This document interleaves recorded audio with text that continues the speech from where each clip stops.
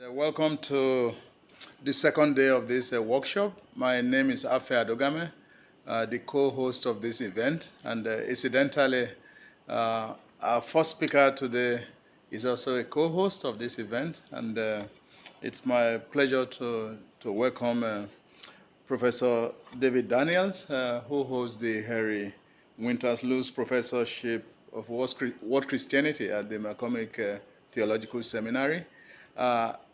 I would say that, well, you have the introduction a bit, the bio data, which we put up, so I wouldn't, I can't wait to listen to the talk itself. So, but just to add two footnotes, to say that this idea behind a workshop on African Christians and the Reformations came up, maybe more than a year ago when we both were attending a conference in Germany organized by another participant who will be speaking later. And David has really been the power behind this, the power behind the scenes. And I'm so excited that you are here. The second point I want to quickly make is that for some of you who may not have known, there's a short story that has gone viral, which was put together by David just shortly before coming here. And the title is Honor the Reformation's African Roots. And we are told that over 10,000 people have responded to that, which is quite exciting. And just to whet your appetite, I would just quote two sentences from that story. And among what he said in this article was that Luther esteemed the Church of Ethiopia because he thought Ethiopia was the first nation in history to convert to Christianity, unquote. Located in Africa, beyond the orbit of the Roman Catholic Church, this first Christian kingdom, according to Luther, served as an older, wiser, black sibling to the white Christian kingdoms of Europe, unquote. In a sense, the Church of Ethiopia was the dream, quote and unquote, for Luther, a true forerunner of Protestantism. And finally, he said, Luther's theological fascination with the Ethiopian church was illuminating in 1534 in his face-to-face dialogue with an Ethiopian cleric, Michael the Deacon, where Luther tested out his theological portrait of the Ethiopian church. And I think this is a good transition to the topic, Martin Luther, Michael the Deacon, and Ethiopian Christianity. So we look forward to you. I want to thank, first of all, Dr. Adegame, along with Dr. Yolanda Pierce, who did all the work around this, and then, of course, convincing the dean, the president, and his department. And I do think this is timely, and it's timely for an institution like Princeton to be connected with this. I also want to say my wife retired on March 1st, so she can travel with me. So she's been able to come and be at the conference. So I'm excited that she's here, Reverend Dr. Dolores Brown Daniels. Did everyone get the handout? Everyone got it? Perfect. Before I go forward, on one side of the handout, there's this letter from Martin Luther. It's dated now, I believe. The English is probably dated. But I'm delighted over lunch, Dr. Paul Roram said that we might be able to get a fresh translation, or if there's one already, might be able to bring that forth. And so that would be a contribution of itself. So in today's presentation, I'd like to propose 4 bold claims about Martin Luther and the Ethiopian Christianity. And you have them in front of you. But let me warn you, the boldness of each claim increases from the first to the fourth. So some of you might be willing to sign off on the first one, on the second one, maybe on the third one you think I've gone too far, or maybe on the fourth one you think I'm out of my mind. I should also give a disclaimer. I come at this as a scholar of world Christianity. I do not come at this topic as a Luther scholar, nor a Reformation scholar, nor a 16th century scholar. But I'm focusing in world Christianity. And as a scholarly discipline, world Christianity broaches Luther's writings with a novel set of questions. pursuing a new inquiry of scholarly investigation. These questions wrestle with how to lodge the Protestant Reformation within world Christianity, seeking to uncover the Christian influences upon the Reformation that could come from beyond Europe itself. Some people call it provincializing Europe, making Europe local and then seeing influences that are coming globally. And that's one of the tasks of world Christianity. The objective is to discuss the Reformation as more than a solely European production, as more than a product of Western civilization. As Dr. Adegami says, since Saturday, October 21st, which is only a few weeks ago, there's been a debate on the internet about this Michael the Deacon, about Ethiopian Christianity and Luther. And I think that's a great way to commemorate the 500th anniversary of the Reformation.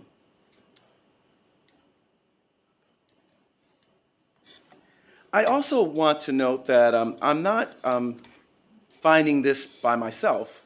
So this is not something that has not been part of scholarly work, but it's something that I don't think has gotten a lot of attention, really hasn't gotten much attention. And surprisingly, probably one of the most famous Luther scholar, Martin Brecht, has, within his 3 volumes, one paragraph on who he calls the Ethiopian cleric. Otherwise, he's nameless. And then he describes a little bit about the encounter.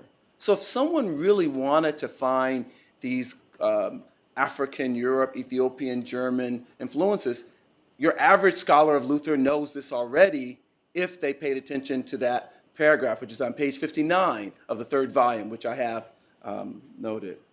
But there's also, those of you who are Lutheran might recall George Posfay, who was executive within the Lutheran World Federation. And so he's a Hungarian, but he also writes about this. And then Tom G.A. Hart is Swedish, and he also writes about this, supposedly as early as the late 50s, early 60s. And then Mark Ellison mentions Luther and Ethiopian Christianity, Coptic he describes it as, and then Martin Wittenberg. So there's scholars that one can make this argument who've already plowed this field. And they've made it easier for me because I'm not a Luther scholar. They've raised a context. I will say what my contribution is to talk about Luther's narrative of Ethiopia and then Luther's sort of theology that is informed by Ethiopia. I haven't found anybody who's done that. So that's my contribution. The Michael the Deacon part and the full communion has already been discussed. So these scholars who also want to include African Christians and Ethiopian Christianity in the study of the Protestant Reformation realize that the standard narratives of the Reformation, which portray the Reformation as a solely European event, would have to be revised. We can glean then from these scholars that I just mentioned and go into their footnotes and then figure out ways to either restructure the narrative or begin anew. So if Luther did express interest in Ethiopia, I use the word fascination, was he unique? Luther lived in an era when interest in Ethiopian Christianity existed. Before and after 1517, Erasmus of Rotterdam, Thomas More, and Pope Clement VII is just 3 of the people who expressed interest in the church in Ethiopia. Ethiopian expatriate communities existed in Rome, Venice, Cyprus, Jerusalem, and some even say Istanbul and Florence. I haven't been able to verify that. So Ethiopians are around at least this Mediterranean world, and as far north as Venice. And as you know, it doesn't take long to go from Venice to Germany. In Luther's works, I work my way through trying to make sure the English translation looks like the German, but I really don't read German. So I'm heavily dependent upon English. And so the 55 volumes in Luther's works do not include these accounts of Michael the Deacon. They do not include the letter from July 7th or July 4th. They do not include Melanchthon's letter. They do not include the comments from the table talks. You only can find those in Latin or German. For whatever reason, the translators did not decide to include those. But if one is only focused on the English translation, then there's at least 85 mentions of Ethiopia by Luther with references both to ancient places and issues. And then at least 15 mentions refer to contemporary empire of Christian Ethiopia. And from these scattered comments, I want to argue that an historical arc and outline to Luther's narrative of Ethiopian Christianity could be reconstructed. We might call it an implied narrative. We might call it an assumed narrative. We might call it an inherited narrative.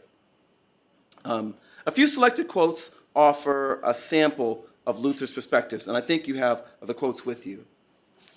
This is of the 80. I'm sorry. So there's also interest because the Ethiopic Psalter was printed in 1513 in Rome, and then printed a little later in Germany, and then the New Testament was printed in 1545. And so again, there's this interest that's there. So the 4 quotes, and these are 5 out of the 85. First, most of the time, when mention is made of the nations that are to be converted to Christ, this is prophecy, the Ethiopians are singled out for mention.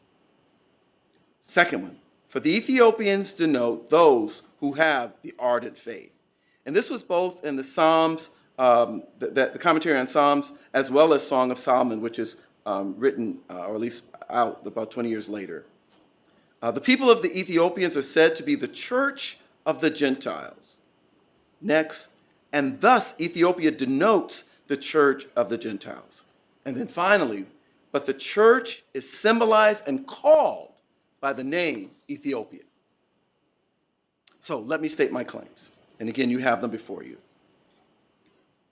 First, in 1534, Martin Luther had a theological conversation with an Ethiopian cleric named Michael the Deacon. Second, after this theological conversation, Martin Luther extended full communion to Michael the Deacon and the Ethiopian Orthodox Church. 3, and these are, again, building on other people's works. 3, within Luther's scattered mentions of Ethiopia lies an assumed or an implicit historical narrative of Ethiopian Christianity that holds Ethiopian Christianity in high esteem.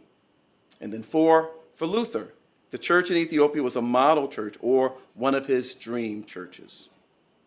So let's go to the first claim. So in 1534, Martin Luther had a theological conversation with an Ethiopian cleric named Michael the Deacon. If Michael the Deacon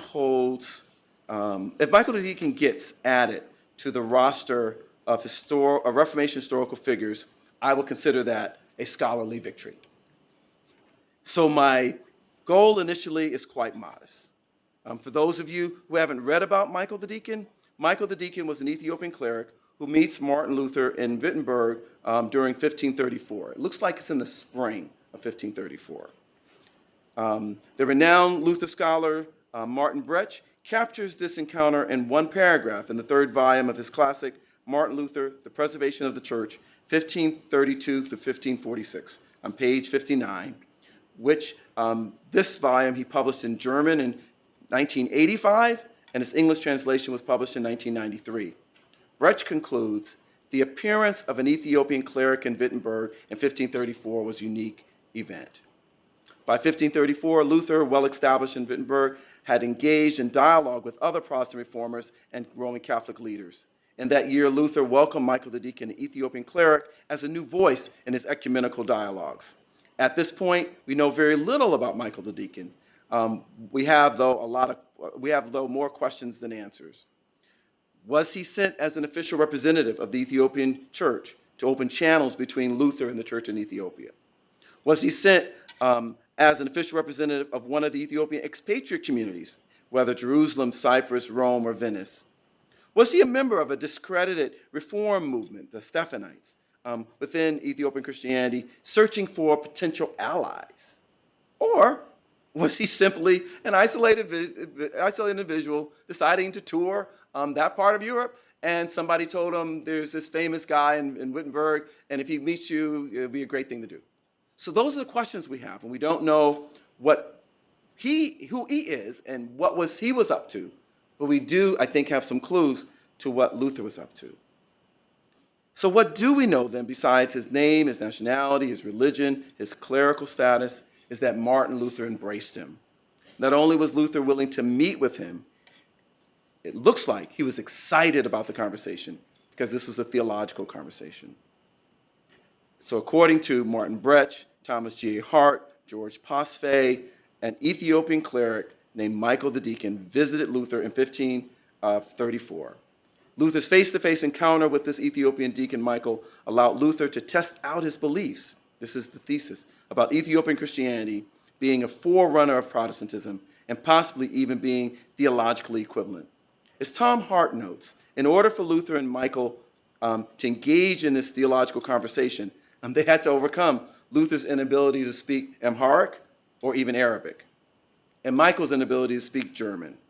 So interpreter was recruited who spoke Greek and Italian, languages that Michael the Deacon at least had a limited conversational ability to speak and comprehend.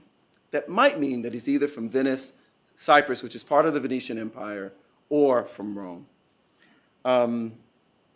Luther recalled that it's dated 1538, but he's probably off by a year. Luther says, 3 years ago, there was an Ethiopian monk with us here, and with whom we had discussions through an interpreter, and having finished with all our articles, the Wittenberg articles, Michael the Deacon says, this is a good creed, this is faith, unquote. Earlier, Luther had elaborated on this encounter, and that's part of your handout. And I think we could really take the whole time just discussing the letter, but I'll just read it in order to just make the point. There has been with us in Germany, and you can't imagine how exciting it is for a world Christianity scholar to actually find a global link. There has been with us in Germany the Reverend Michael the Ethiopian, a deacon. Conversing privately with him concerning Christian doctrine, we have heard that he properly agrees with the symbol which the Western Church holds, and that he does not think differently about the Trinity than what the Western Church thinks. Therefore, we commend him to good people as much as we surely can. For although the Eastern Church has several dissimilar ceremonies, he judges that their dissimilarity, this is Michael the Deacon, that their dissimilarity does not nullify the unity of the church and does not militate against the faith, since the kingdom of Christ is the spiritual righteousness of the heart, the fear of God, and confidence through Christ. We also think this opinion is right. So now Luther is co-signing, as the young people would say, Michael the Deacon's words. We have also learned from him that the rite which we observe in the use of the administration of the Lord's Supper and the Mass agrees with the Eastern Church. We wish, moreover, that all peoples would acknowledge and glorify Christ and would submit to him, meaning Christ, with true confidence in his mercy and with love for one's neighbor. For this reason, we ask that good people would demonstrate Christian love also to this visitor. In this internet conversation, there are people on the Orthodox side saying, he's obviously in error. How could they agree? The point is, as an historian, I can't second guess what we know 50 years later or what other people know. All I can do is to try to say what Luther thought.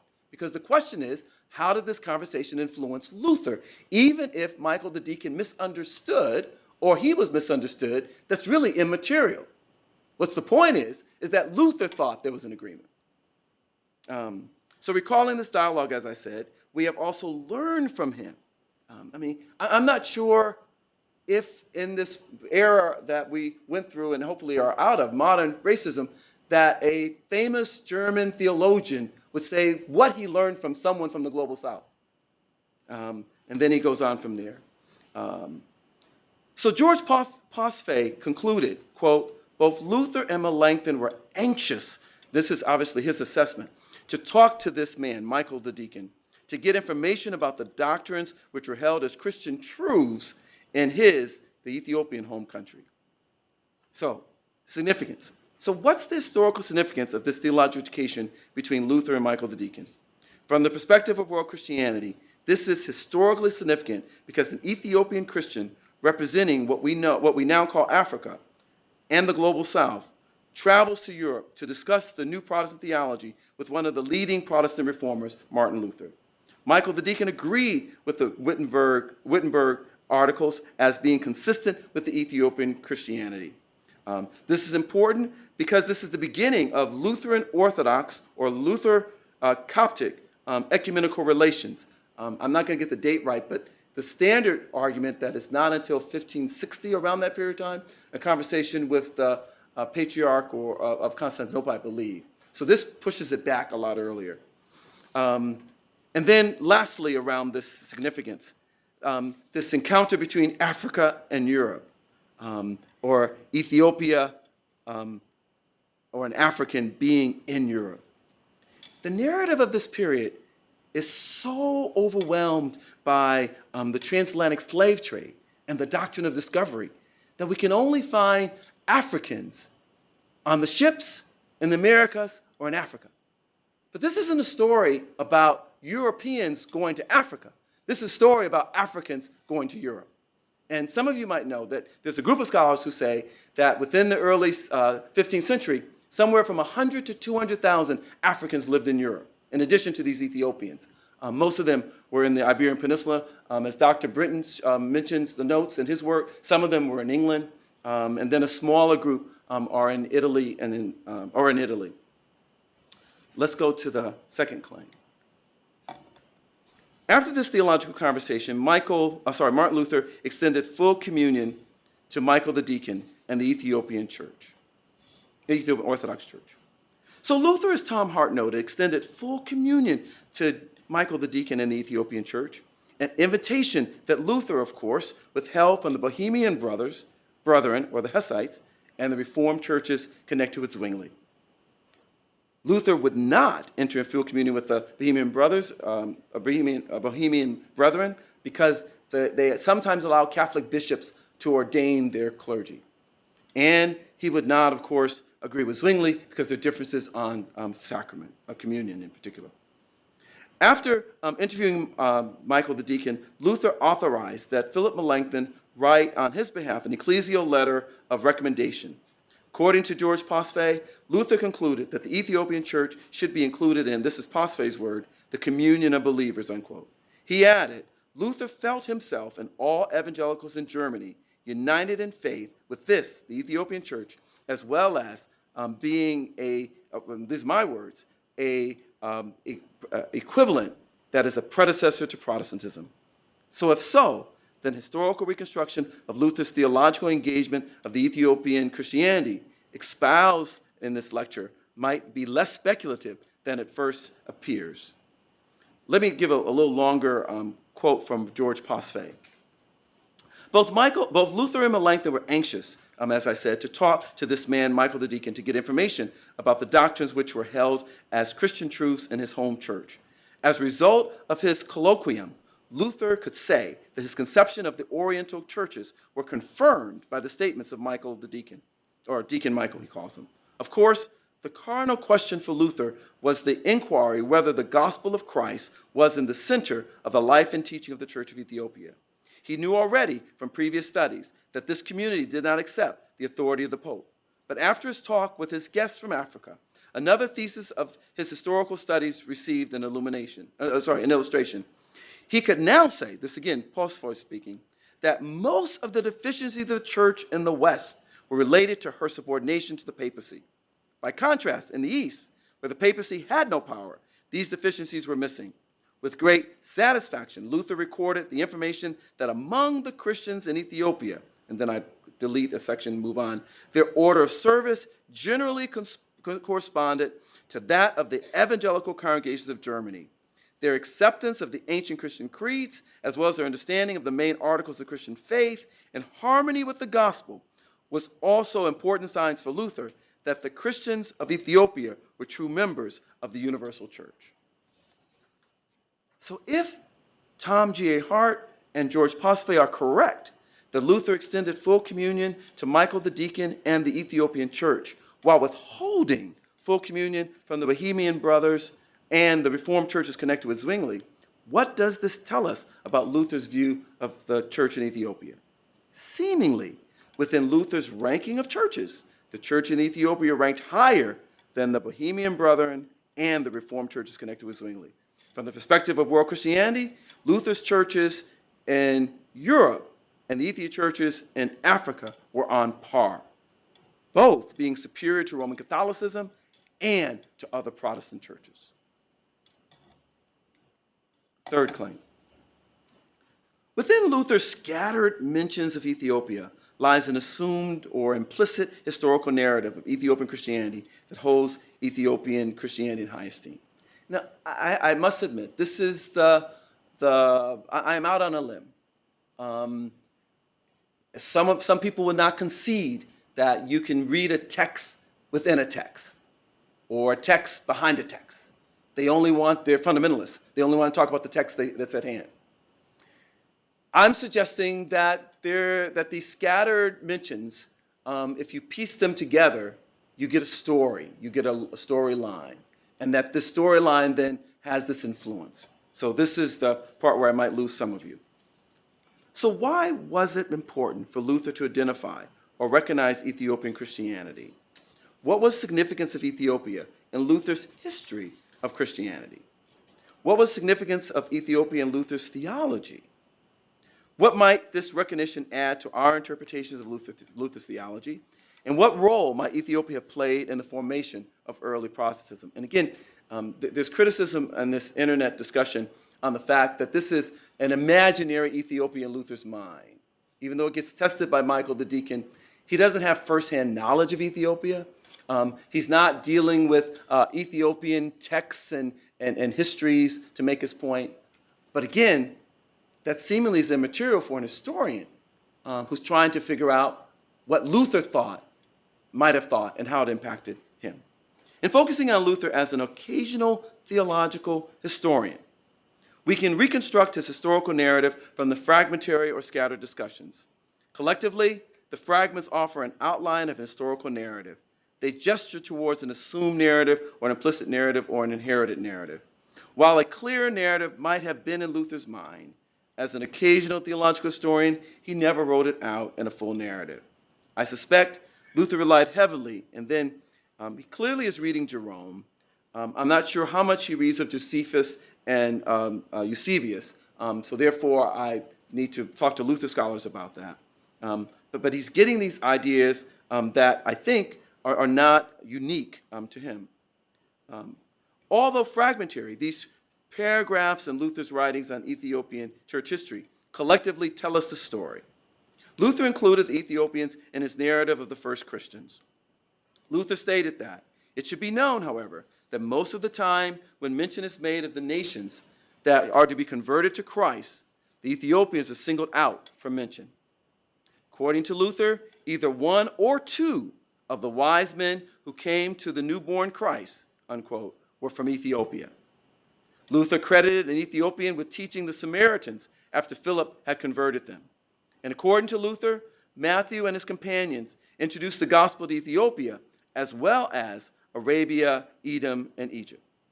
The church in Ethiopia also represented the gospel reaching the edge of the inhabited earth, since Ethiopians were deemed the far or, quote, the distant people for whom the gospel has reached, unquote, fulfilling the prophecy of the gospel of the great, quote, gathering into the church of Christ through faith, unquote. Within the first centuries of Christianity, Ethiopia was a place where the desert fathers, and we would now add mothers, would sojourn. According to Luther, he applauded the deserts of Ethiopia as a site where, quote, no one has ever demonstrated greater zeal in coming to God than the dear fathers in the deserts of Egypt and Ethiopia. To Luther, quote, the Ethiopians denote those who have the ardent faith, unquote. They were classified, quote, as those who are most fervent in their faith in Christ and are nearest to him, and he to them. Luther even recognized the existence of, quote, black Jews who are now Ethiopian, unquote, linking Israel and Ethiopia as a people. In a sense, Ethiopia played a double role in Luther's historical narrative. They were both black Jews who professed Jesus as the Messiah and the first Gentiles to confess Christ as Savior. Luther noted, quote, for those lands lie south of Jerusalem are of many colors, that is black, red, and white. So I'm not overstating things when I add color to the people in this area, because Luther adds color. But the color is not derogatory. For Luther, Christian Ethiopia was a black kingdom in that part of the continent. Africa, of course, is the northern part of Africa, and so he wouldn't have called it Africa. He wouldn't have called it Africa. He recognized that humanity consisted of people of different colors. Christian Ethiopia, as this black kingdom, served as an older sibling, a big brother or sister to the European Christian kingdoms. This is due to the heritage of Christian Ethiopia, including the biblical Ethiopia of the Hebrew Bible, the ancient Christian kingdom of Ethiopia in the New Testament, and of the first centuries.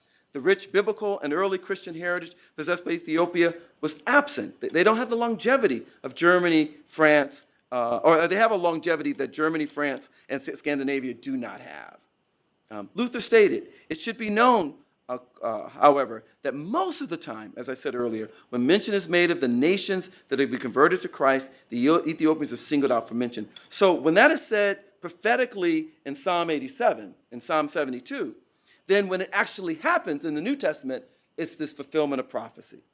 So Ethiopia, by converting to Christianity, fulfilled that prophecy in Psalm 87. Ethiopia shall stretch forth her wings. I think it's the Latin numbering. The church in Ethiopia also represented the spread of the gospel across the inhabited earth.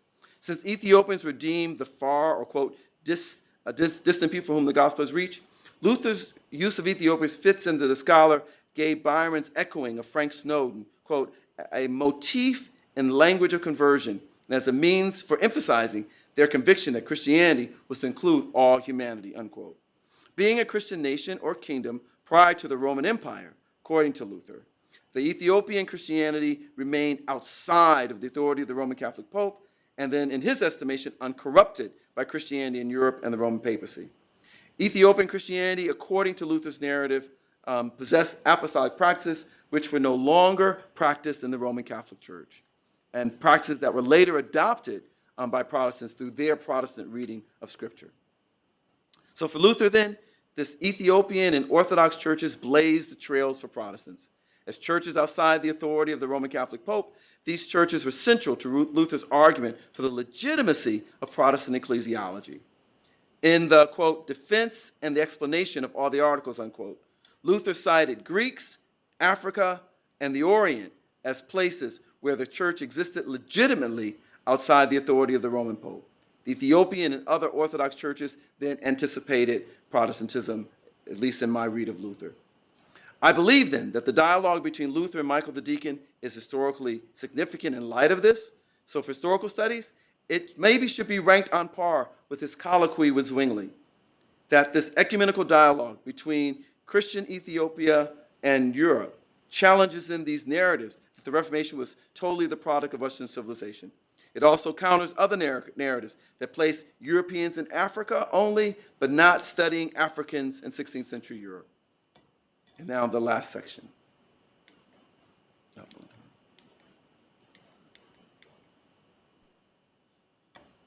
So the fourth and last claim. For Luther, the church in Ethiopia was a model or one of his dream churches. So on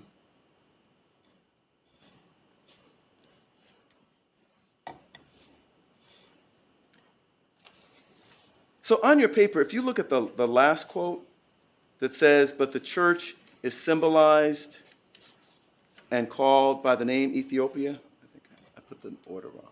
So you can also look up there. So while all of these statements possess theological implications, it is Luther's narrative of Ethiopia, I want to argue, and his purposes in invoking Ethiopia that should attract the attention of scholars. Luther proclaimed, as you see, the church is symbolized and called by the name Ethiopia. And he confers then on Ethiopia biblical, theological, historical, and ecclesial significance. So as we've already said, prophetically, the Hebrew Bible included prophecies of Ethiopia being among the first nations to convert in Luther's Christological reading of the Bible. As stated above, they were singled out for mention. So to Luther, Ethiopia were the first Gentiles and the first nation to convert to Christianity. To say it another way is for Luther to say that the Christian church is symbolized and called by the name Ethiopia apparently reflects his belief that the first Gentile to convert to Christianity was the Ethiopian profiled in Acts chapter 8. Interestingly, most of the time when Luther refers to this Ethiopian, he calls him Ethiopian chamberlain or Ethiopian, I think, captain or treasurer. And he does that because he wants to use the Ethiopian as a critique against the Anabaptists. Because if this person who is a captain, he's in the military, means he bears arms. And if Candace, the queen, is reigning, then you have to protect your empire. And so there's other things that he's doing with that. We, of course, only want to call him the Ethiopian eunuch. So why are we so fixated on calling him a eunuch when Luther is more focused on calling him by his office? That's for another day. So to Luther, then, they are the first Gentiles and the first nation to convert. The church is to be called by the name Ethiopia. And though, of course, Luther is excused for not knowing that the 4th century dating of modern historians of the emergence of Christianity in Ethiopia, how could he have known that? We probably only knew that in the last 200 years. But again, on this internet conversation, people are challenging Luther on the wrong dating. Historians, though, should explore how Luther's historical narrative of Ethiopia and image of Ethiopia as the church informs his ecclesiology. As these quotes indicate, Luther held the Ethiopian church in great esteem. Unmarred by Christianity in Europe and the papacy, Ethiopian Christianity, according to Luther's narrative, this is according to my conjecture, possessed these apostolic practices. And there's other people that also want to lift this up. And again, on the internet, people are saying, well, it was in Ge'ez, and Ge'ez was not the everyday language. Amharic was. Again, we know that now, but people in the 16th century, at least in Germany, didn't know that. So they thought the Bible was in the vernacular. And they had communion in both kinds, and they had married clergy. And then they did not have the primacy of the Bishop of Rome. They did not have indulgences. They did not have purgatory, and they did not have marriage as a sacrament. There's also some question on that. For Luther, the church in Ethiopia possessed then more fidelity to the Christian tradition and practices mentioned above that were marks of that fidelity. Thus, the church in Ethiopia needed to be reformed, again, this is my conjecture, in the direction of the church in Ethiopia. Again, in the letter that you have in front of you, he realizes that there's ceremonies that are different. So he's not asking the church to copy. Possibly for Luther, the church in Ethiopia was, and this is quite a claim, historical proof that his reform of the church in Europe possessed then both a biblical basis, which is the sola scriptura, and then maybe even an historical basis. With the church being called Ethiopia, the Ethiopian church became a symbol of Christianity rather than merely the edge of Christendom. At this 1534 dialogue, Luther finally had the opportunity to figure out whether his attractive theological portrait of Ethiopian Christianity was historically credible. What appears clear is that Luther deployed an understanding of Ethiopian Christianity within his writings. Whether he goes as far as I'm suggesting is up for debate. From these discussions, it appears that Luther did make connections between his Protestant reforms and the Orthodox Church in Ethiopia.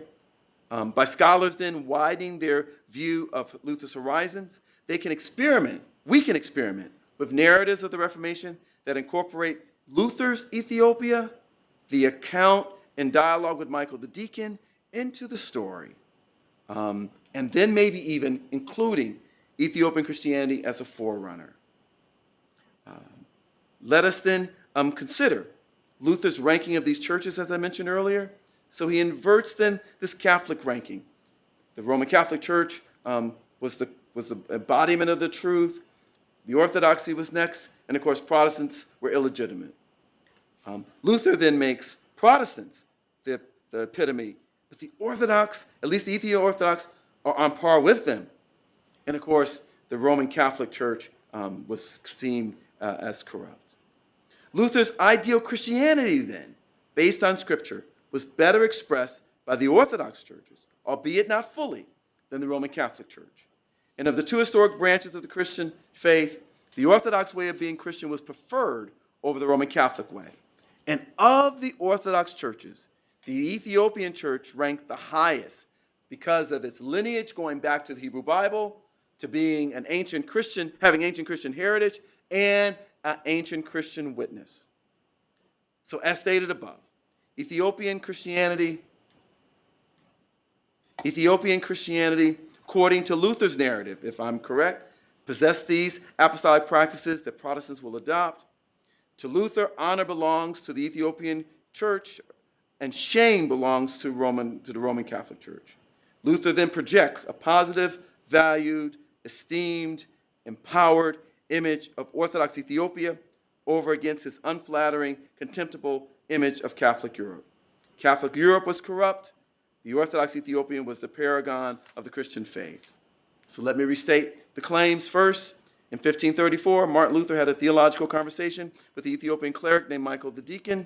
Second, after this theological conversation, Martin Luther extended full communion to Michael the Deacon and the Ethiopian Orthodox Church. Third, within Luther's scattered mentions of Ethiopia lies an assumed or implicit narrative of Ethiopian Christianity that holds Ethiopian Christianity in high esteem. And fourth, for Luther, the church in Ethiopia was a model church or one of his dream churches. Could Ethiopian Christianity envisioned by Luther have really influenced the making of the Reformation? Could Luther have made connections between his reforms and the church in Ethiopia? Could Luther's envisioned Ethiopian Christianity be cast as a forerunner of the Protestant Reformation?